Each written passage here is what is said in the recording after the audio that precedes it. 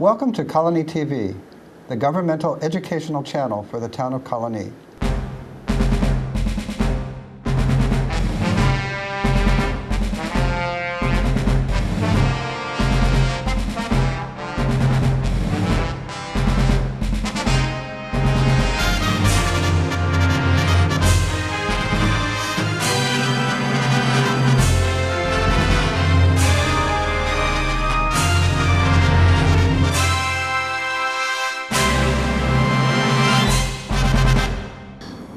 Welcome to So Many Books, So Little Time. My name is Joe Nash. I'm here with Zina, Shevchik.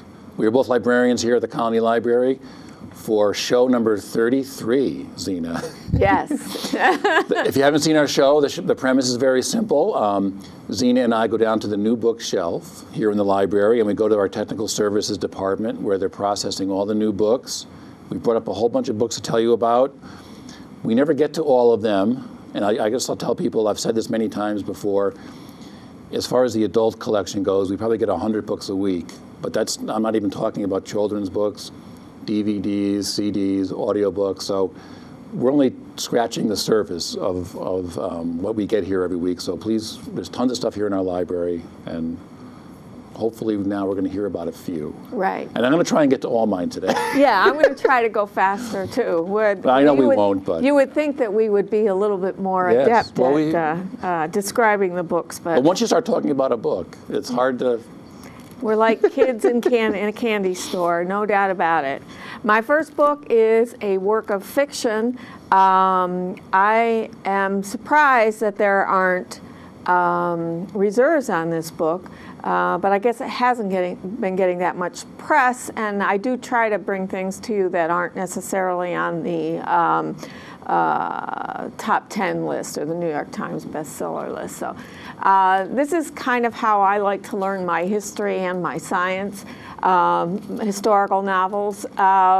It's called Above All Things, a Novel by Tanis Rideout. I wish I knew if that was how you pronounce her name, Rideout.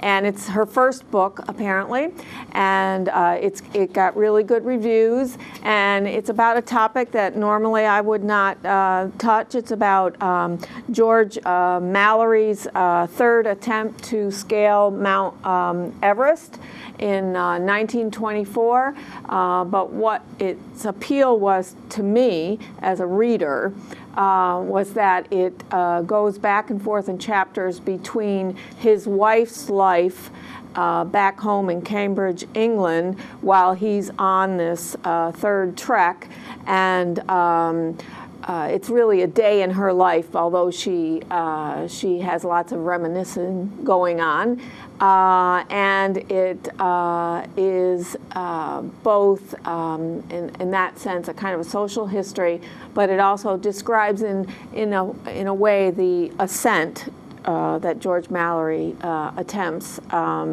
day by day as well, and it's not in too technical language, but it does explain what they're feeling at the moment, what they probably were feeling at the moment as they, with the equipment they had in 1924 and what they knew about high altitude climbing then. And I found it riveting, and I thoroughly enjoyed it.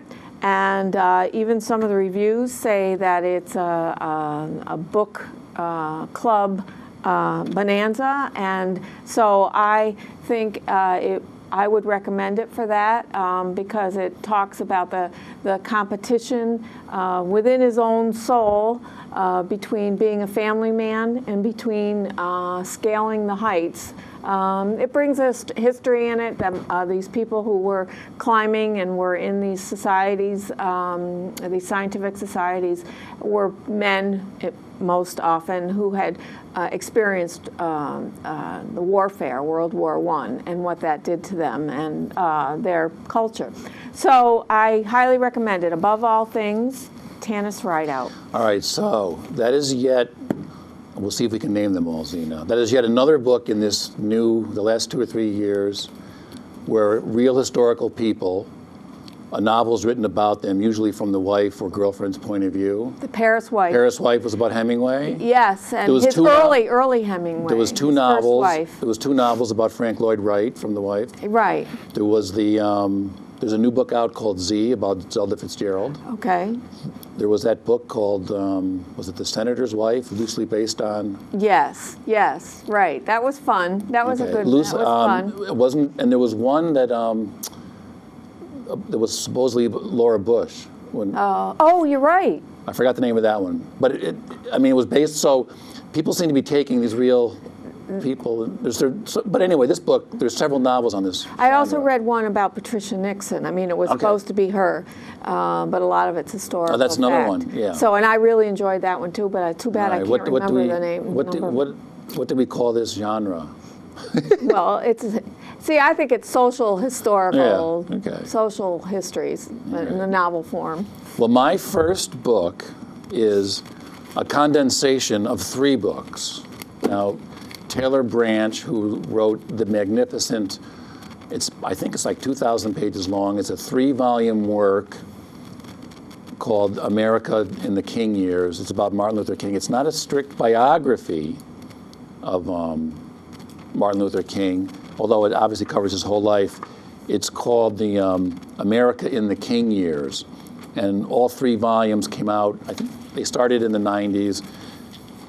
As they were coming out, they won every award conceivable, National Book Award, Pulitzer Prizes, history prizes. I think Taylor Branch won all kinds of things. So he kind of did for Martin Luther King what Robert Caro is now currently doing with LBJ.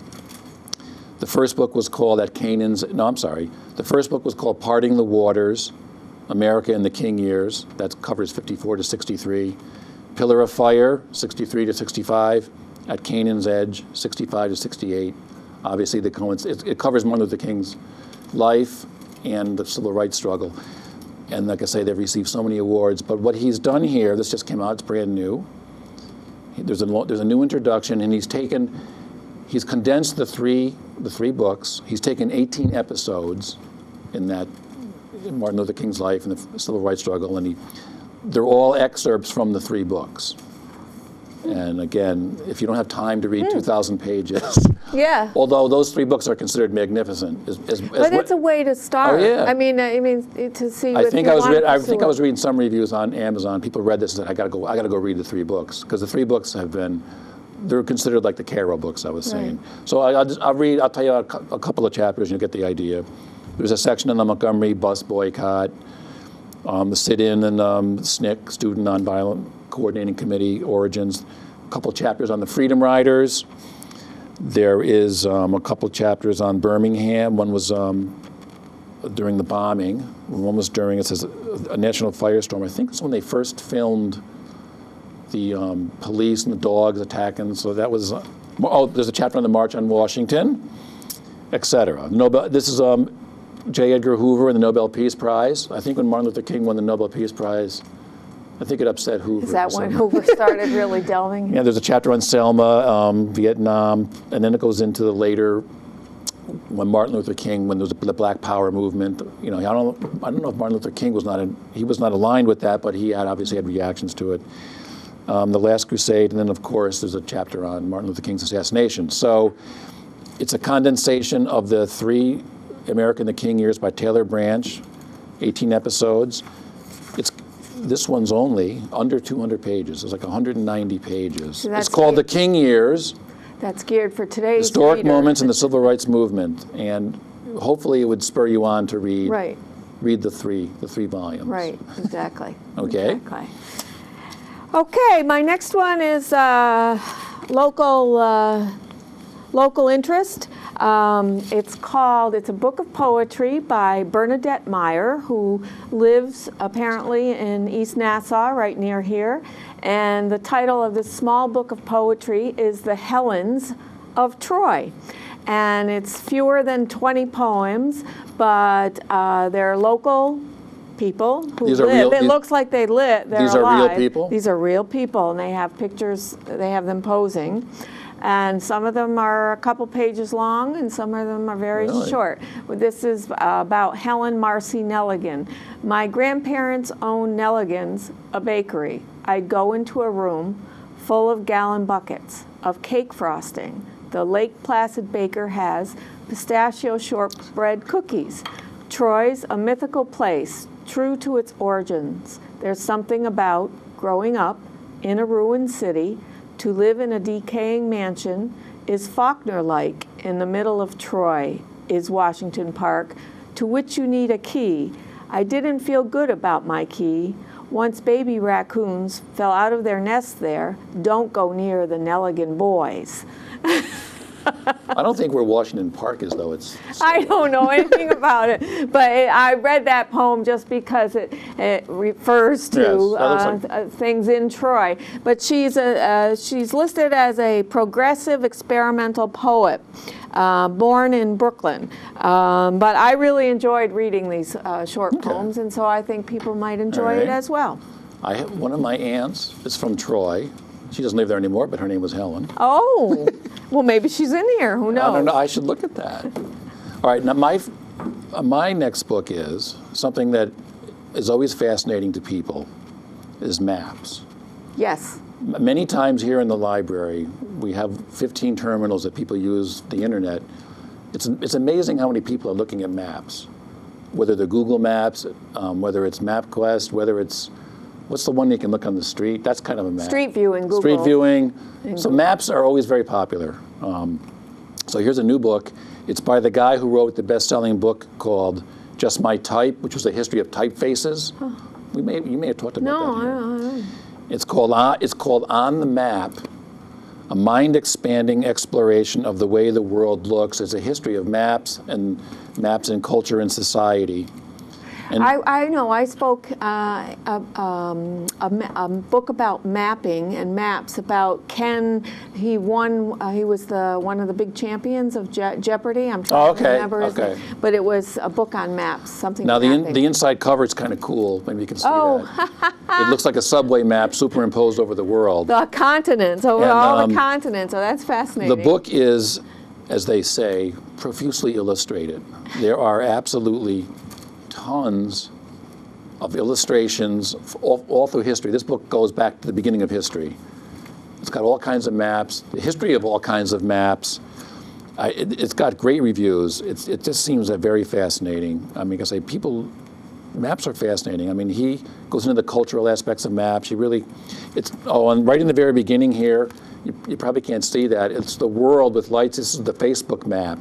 I think what Facebook did, they did something where they showed all the or something, and of course the whole world is lit up, the Facebook Except map. North Korea. I know there was a book I brought. Yes, that was light, yes. North Korea was totally So this dark. goes into, and it looks very well written. Oh, it's got a nice introduction by Dava Sobel, who wrote that book Longitude. Remember that book? Mm-hmm. And it ends with, the last chapter is about mapping the brain. That they're doing. So it goes into the whole frontier. Yes, but it goes through the whole, since time began, all through the world, and it looks like a very fun kind of book. There's even a little chapter, there's one chapter called X Marks the Spot, Treasure Island, about treasure maps and literature and life. And it's, other things. Here's one called Cholera and the Map That Stopped It, how mapping played its part in identifying the cause of the disease. So, maps can be used for many different things. So there's a whole chapter on America, how it was named. Amerigo Vespucci, I think is the name. So anyway, this looks like a really fun book, got great reviews, tons and tons of pictures and illustrations. I mean, I'm just holding them up at random. So, On the Map, a mind-expanding exploration of the way the world looks. Zina? My next book is a reviewer calls it a transnational cultural history, tracing the Volkswagen Beetle car. It's called The People's Car, a global history of the Volkswagen Beetle. Now, I had no clue, even though I came of age in the 60s, I had no clue that Volkswagen meant people's car. in German. So, see, I learn ridiculous facts in this job as well as very interesting things. Is the VW camper covered in that book? It is. Okay. It talks about the car in terms of the globalization of our world. And I didn't know that it was designed by Ferdinand Porsche in Germany. Hitler commissioned Porsche to design this car for his Germany to be a family car. He felt that Germany after World War I didn't have nearly as many cars or automobiles as the rest of the developed world This did. is the 1930s. This is in the 1938, actually. Sorry, Okay. 1938. It's pre-World War II. And he was trying to bring his Germany up to snuff with the rest of the modern countries. And they never actually built it, or it never actually made it. It never became what Hitler wanted it to be, obviously, because the manufacturing turned to delivering armaments rather than cars. And but it talks about how it caught on in the U.S., and then when it lost its favorability in the U.S., it went on to become the car of South America, Central America, and how its resurgence in the 1990s when they redesigned it slightly. But it's fascinating because it covers the hippie generation, and it covers why the fact that the car was so recognizable. What made it so special, obviously, was the design, but it was made so well. Yeah. It was made so well. It was sturdy and functional and bizarre at the same time. So it's very interesting. It's, again, another nice way to learn your history. Okay. But it's not a novel. It's nonfiction. The People's Car by Bernard Reiger. Now, obviously, this is the dumb question, but the designer's name was Porsche. Is it the same guy who designed the Porsche? Yes, yes. They said that he tried to, Porsche, I have written down here, he tried to separate himself from the Nazi resurgence by always wearing a three-piece suit when he went to meet Hitler to distinguish himself from the Nazi He wasn't cause. part of it. He wasn't part of that. No. That's good to know. Yes. All right, now, this book is part of a series. I've talked about the other ones before. I'll read you them. And this is the kind of book I like. It's called This Will Make You Smarter. New scientific concepts to improve your thinking. This is edited by John Brockman, who started the edge.org. If you know edge.org, it's a great website for the leading thinkers in the world. And by leading thinkers, they're all kinds of people. There are business people, but it's mainly people who are in all the sciences for, let me just have it here, cognitive sciences, evolutionary psychology, and information technology. Now, and every year he asks this whole group a question, and he puts them together in a book. I've talked about them before, so yes, I remember these that. titles may sound familiar to you. One year the question was, what is your dangerous idea? And all the people that answer, they're people you've heard of, like Richard Dawkins and Daniel Dennett and Lisa Randall and, probably everyone who's ever been on Charlie Rose. Yeah. And then each of them answer it. It's on the website, but he puts it together, and they're only like two to 3 pages long. Some are only 1 page. So the last several years, What is Your Dangerous Idea was one. What Are You Optimistic About was another book. What Have You Changed Your Mind About? Then there was one called This Will Change Everything. Oh, you talked about that I think one. that was last year's book. Yeah, I think you talked So this year's book is this, and he asked the question, this is what the question was. I mean, the book is called This Will Make You Smarter, but John Brockman, the question was, what scientific concept would improve everybody's cognitive toolkit? Meaning, if everyone just knew the one thing, and well, David Brooks writes a great introduction. Do we have to eat something? Or do Well, we no, have to do I'll just something? read you some, and you'll get the idea. Is it as simple as eating some kind of food? No. There's over 200 responses. They're all two to 3 pages each, and they're all like Martin Rees is I think is he like an evolutionary psychologist? So his idea, and they all expand on. I'll read you what they answered, and they expand on it. But you get the idea. If people could understand this concept, we would all be better off. So Martin Rees, for example, he writes a little thing on deep time in the far future. If you want to know what deep time is, got to read the. Let's see. We are unique. How about Sean Carroll's idea is the pointless universe? If we could just understand that more, I think. There's no point. Stuart Brand, remember Stuart Brand from the last Whole Earth Catalog? Oh. He says microbes run the world. Okay. So you'll have to read that to see what that is. Richard Dawkins, the double-blind control experiment. I think Richard Dawkins thinks if people just understood science better, we'd all be better off. And he's always big on that, so. For example, underneath that one, there's a little thing in italics that says, why do half of all Americans believe in ghosts? 3/4 believe in angels, and 1/3 believe in astrology, and 3/4 believe in hell. So I think Richard Dawkins is more for scientific literacy. Actually, Lisa Randall, the famous scientist, her thing she wrote about is just science. That's the answer. Well, that's according to her. But there's other things in here. Here's one where the guy writes, technologies have biases. Now, I think maybe some people don't know that. Here's one. This goes back maybe to the pointless universe, but Carlo Rovelli says his idea is the uselessness of certainty. That's kind of like the point. But some of these I think are positive. Self-serving bias, cognitive humility. That would be an interesting one. And I think you get the idea. Uncalculated risk. Living is fatal is another 2-page little essay here. So are you getting the idea? Yeah, it actually sounds fascinating. Again, I like the bit. I like it because it's got short, Yes. short, just like the book on the Martin Luther King has short. Now there are little snippets. Here's one that may be more. That may be on the more positive. Jason Zweig, his idea that will improve all of our thinking is called structured serendipity. How's that?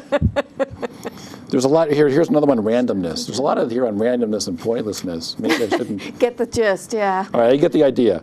The rational unconscious. So that'd be an interesting thing to look at. All right, so I think most people get the idea. Think bottom up, not top down.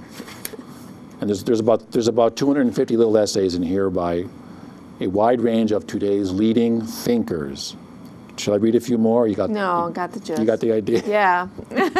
Well, here's one. Matt Ridley. He's an evolutionary psychologist.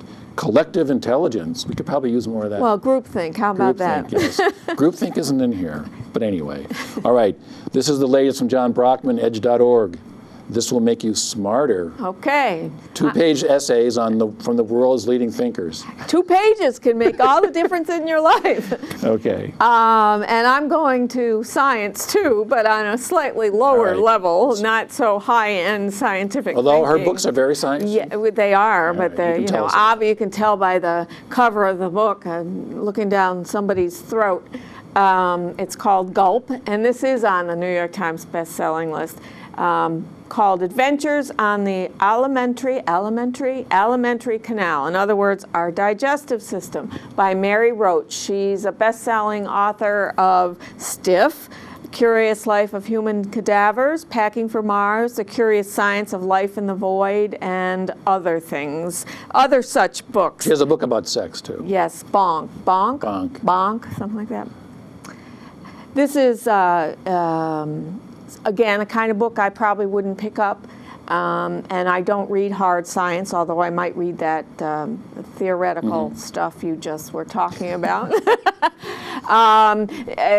She's funny. She's rude. Some of the things she talks about are icky. You would think that it would be a 5th grade boy that would be talking about some of this stuff, but she... Well, all her books are like that. Yeah, yes, all of them are like that. They're very, very funny, little edgy, and you have to be prepared for the grosser things about our bodies. But one of the reviewers says that her books are as much about human beings as about human bodies. She interweaves definitely real scientific research within the book. And let's see, some of the things well, I should say this, because I've read some of her other books. She's very willing to herself take part in all the things she's talking about. Yes, she jumps right in, so to speak. Her book, Packing for Mars, about astronaut training, she jumped right in. That sounds fascinating. That book was really good. It's very funny. This is a thing... these are some of the questions. Does saliva, that this supposedly answers, does saliva have curative powers? Do pets taste food differently than their owners? Can you actually survive 3 days in a whale like Jonah supposedly did? Then she talks about, she interviews people who actually transported drugs in their digestive system to and she be talks to a lot of scientists. Yes, she does. And she talks to some scientists about in this book about the role of the smell and taste, and how the nose isn't that involved in, how the tongue isn't that as involved in taste as you think it is. The nose is much more involved. So I started to read this. I was laughing hard, but I was intrigued. If any of you have ever wondered about how Elvis actually died, that's posed in this book. But yes, it is science. I just want people to know that it's funny and it's light reading as well as real scientific truths in here.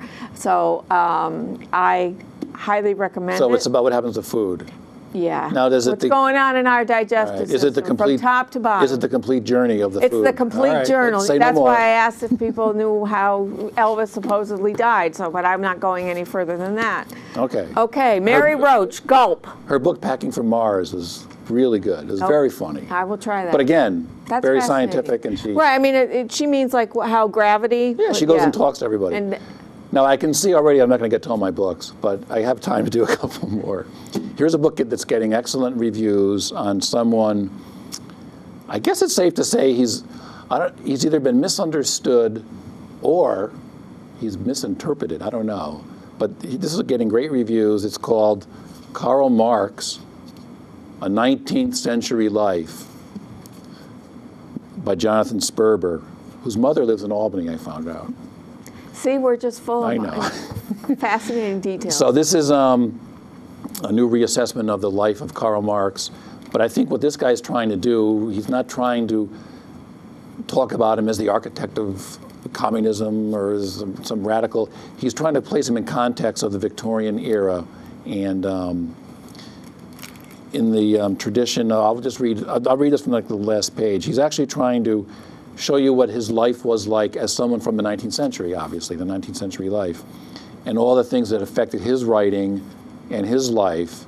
He would probably be just as amazed that people took his ideas, mainly Engels, and somehow built all this communist world that at one time was over half the world. I mean, he probably would be amazed at that, I think. Maybe not, I don't know.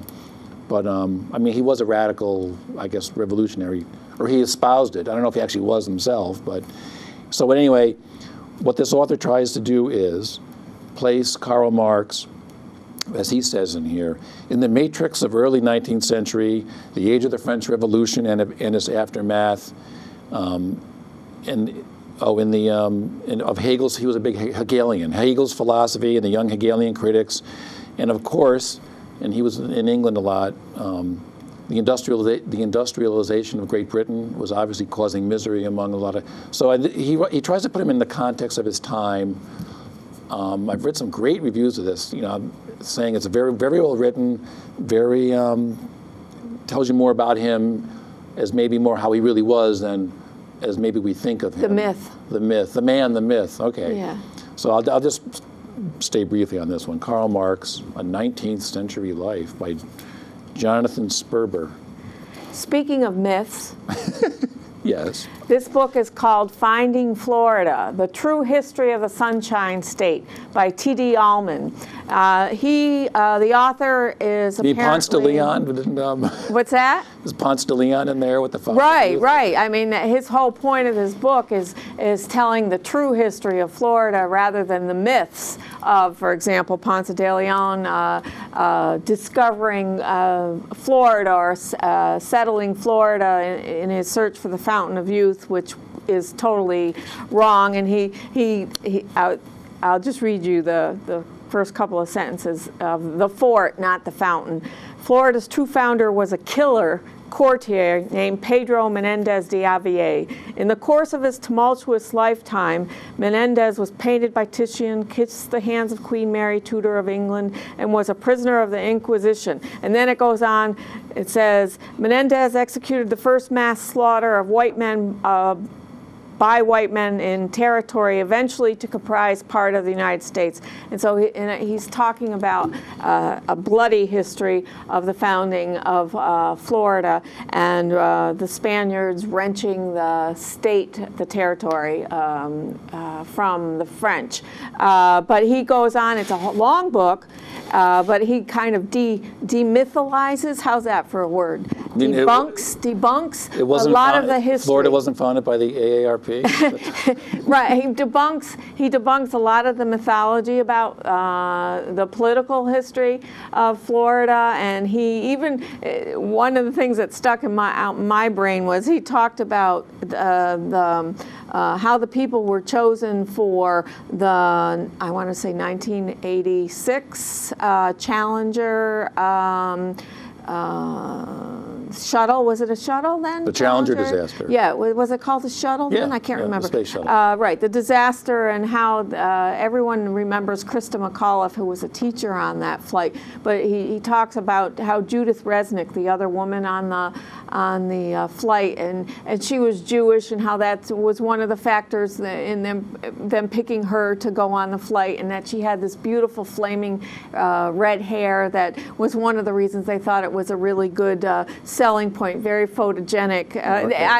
He tells his stories, some of his stories with tongue in cheek, but what he is trying to do very seriously is to say that a lot of what we know and think and believe about Florida is just not real. Even in current days? Even in current days. Well, I mean, he talks about Walt Disney, he talks about, so that's pretty interesting. But he says, even after all this, but hey, it's sunny in Florida and 80 degrees. Okay.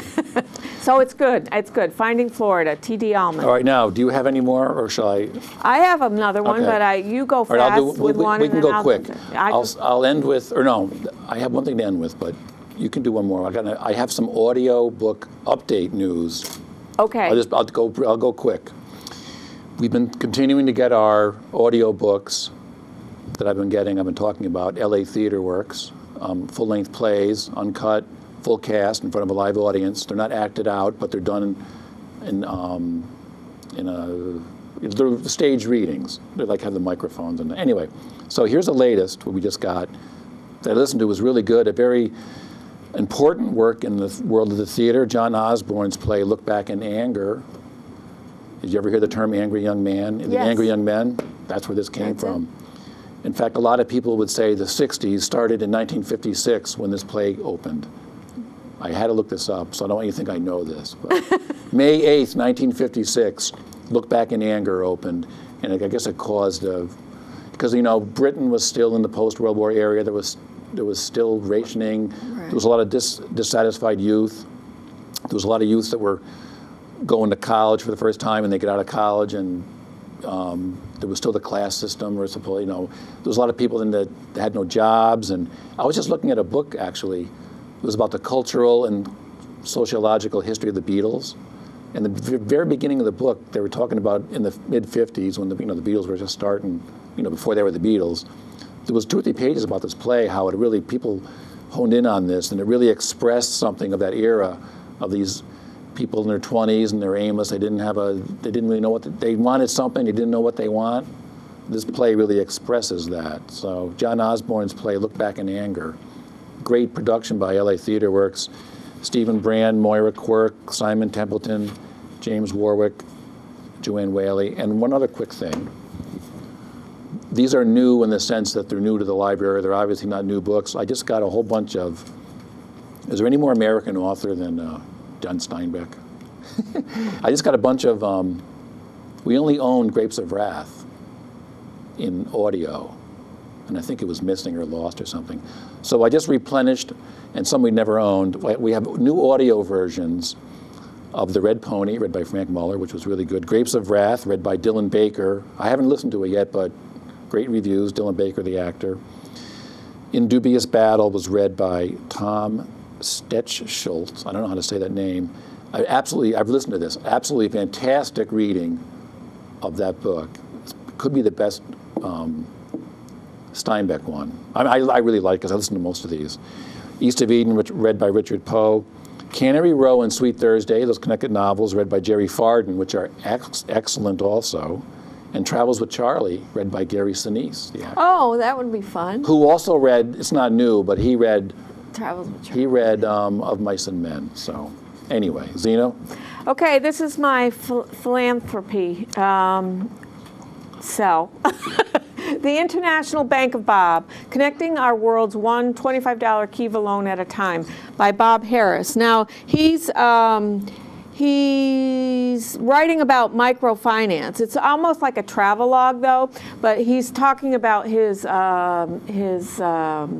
epiphany about how much of the how extreme wealth and extreme poverty can be found right next to each other. He was doing a travel story for Forbes, and he was at one of the most expensive hotels in the world in, I think, Dubai or Singapore, and how he found the workers who actually had built, who were building those kinds of places, living in shacks. In Singapore, that wouldn't have been the case. This was in Dubai, living in shacks and living horrible lives to create this palace for visitors. And it started him investigating this microfinance phenomenon of the last, I don't know, 5-10 years.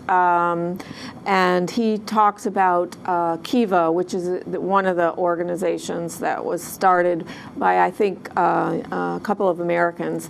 But there are many other organizations like this which foster small donations to people, mostly women, in developing countries in Africa and Asia and parts of South America, Central America, to start very small. It's like capital investment in small businesses or small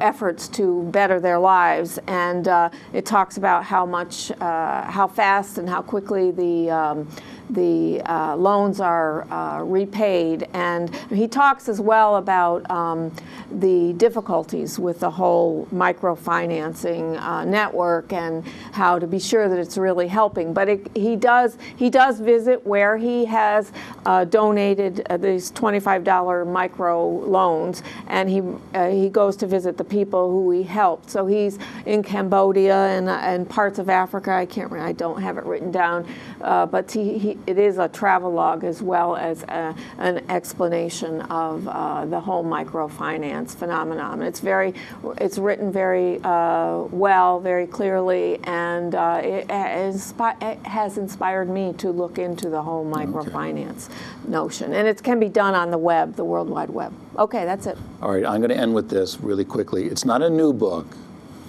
It is, but it's kind of new. It's only a year and a half old. Several weeks ago, we're filming this today. Today is what? April 22nd, Earth Day. All right. About 2 or 3 weeks ago, Roger Ebert died, and I remembered he wrote his autobiography. It came out in September of 2011. So this book's about a year and a half old. I just picked it up because absolutely fantastic book. He's been telling me about it for 2 weeks. I mean, it was you know why this book is good? This book is 415 pages, and if you add up all the pages about the movies, he talks about movies, it doesn't even come out to 20 pages. It's all about his life. Growing up, he was born in 1942, He likes to say he was a pre-baby boomer. He goes, it was an He advantage. doesn't want to be a baby. No, he just says, he goes, I was Yes. born in 1942. It was an advantage I had my whole life. He loved newspaper. He was a big newspaper guy. He only got into the movie stuff accidentally. He was assigned, go, you're going to review movies. It was total on a whim. But this book is so heartfelt. And you know, when the last couple of years of his life, he couldn't talk. And he talks about this near the end here. When he wrote the book, I don't think he knew he was going to die in 2 years. I think he knew eventually he did have cancer, but he wasn't on a terminal. But if you remember, he had no jaw. I do. But even near the end, he says, look, don't feel sorry for me. There's plenty of people, tons of people that are way worse than I am. He goes, I can still function, I can still write. He loved his life. He had no regrets. He truly said he was blessed and had a life well worth living. And he summed the last couple of chapters, very moving. But great stories about growing up in the 50s and 60s and newspaper days when, you know, almost like out of the front page kind of, but great stories and very serious things. A lot of things I didn't know. He was an alcoholic and he never really told people, but he went to AA. He talks about that in here. It's very interesting. He got married late in life. He talks about that. But again, hardly anything about movies. There's a couple things about movies, but he just was very appreciative of his life, and I think he wrote the book because he wanted people to know that. It was the last couple of chapters particularly are very poignant and very moving. So I think the last year of his life, he had a blog that was followed apparently by hundreds of thousands of people, and he wrote about all topics. But it's interesting because near the end, I mean, the memories in this book are so sharp, and he talks about the last couple of chapters how when he couldn't taste anymore, he couldn't eat, everything was intravenous. He found himself, his memories coming to him, almost he couldn't control them, very shy. And they come through in the writing. He writes about, you know, as a kid, a great book by Roger Ebert, the late Roger Ebert. It's called Life Itself, a really wonderful book. So that is it for this time, and we'll see you next time.